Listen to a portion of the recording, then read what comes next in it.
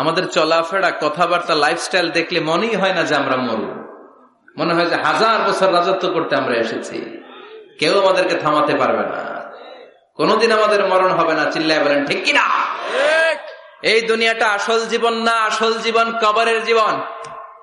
এই দুনিয়ার দৃষ্টান্ত আল্লাহর কাছে হলো 4টা স্বর্ণের টুকরার মতো আর 3টা লাশের মতো। স্বর্ণের টুকরা কয়টা? লাশ কয়টা?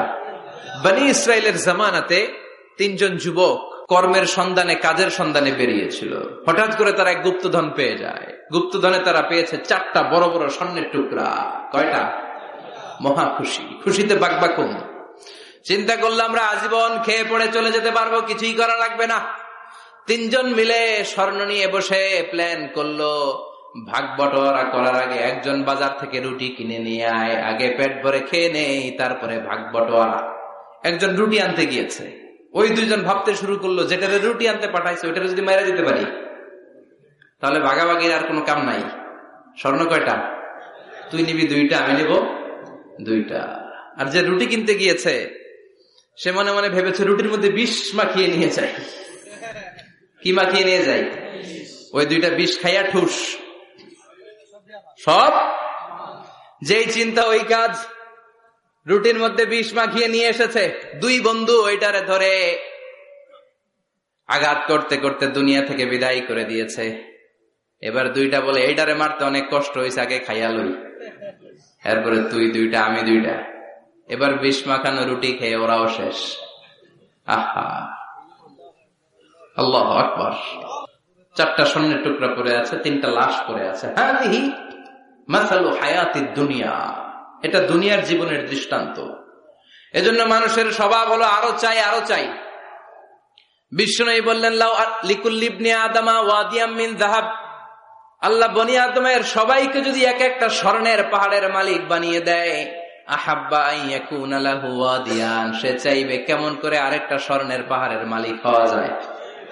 ও মিয়া, আমার যদি একটা স্বর্ণের পাহাড়ের মালিক বানায় দেয়, আমার 14 পুরুষ সেই স্বর্ণের পাহাড় বেচা খেয়ে শেষ করতে পারবো? তা আরেকটা দিয়ে আমি কি করবো?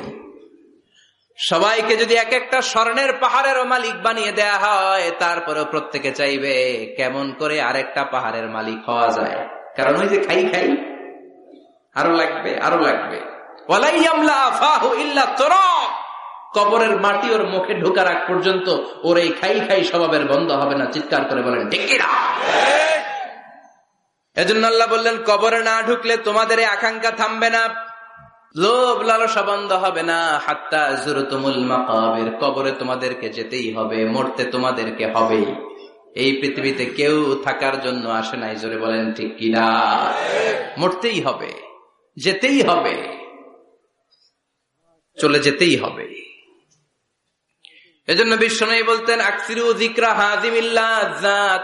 জীবনের সব স্বাদ আল্লাহকে নিঃস্বাদ করে দেয়, পানসা করে দেয়। ওই মৃত্যুর কথা বেশি বেশি স্মরণ করবা। জীবনের স্বাদ আল্লাহ সব কিছুকে পানসা করে দেয়। কোন জিনিস? মরণ। চিল্লায় বলেন কোন জিনিস? আরো জোরে বলেন কোন জিনিস? সুনিশ্চিত যেতেই হবে। কোন সন্দেহ আছে? কথা বলেন, সন্দেহে আছে কারো? The most certain thing in our life is death, and the most uncertain thing in our life is the time of death.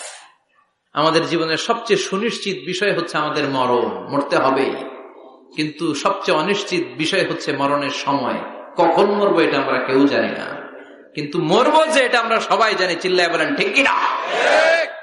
কেউ বেঁচে থাকতে পারবে না, সবাই চলে যাবে, সব মরে যাবে, শুধু একটা সত্তা বেঁচে থাকবে। চিল্লায় বলেন তিনি কে? কুল্লু মান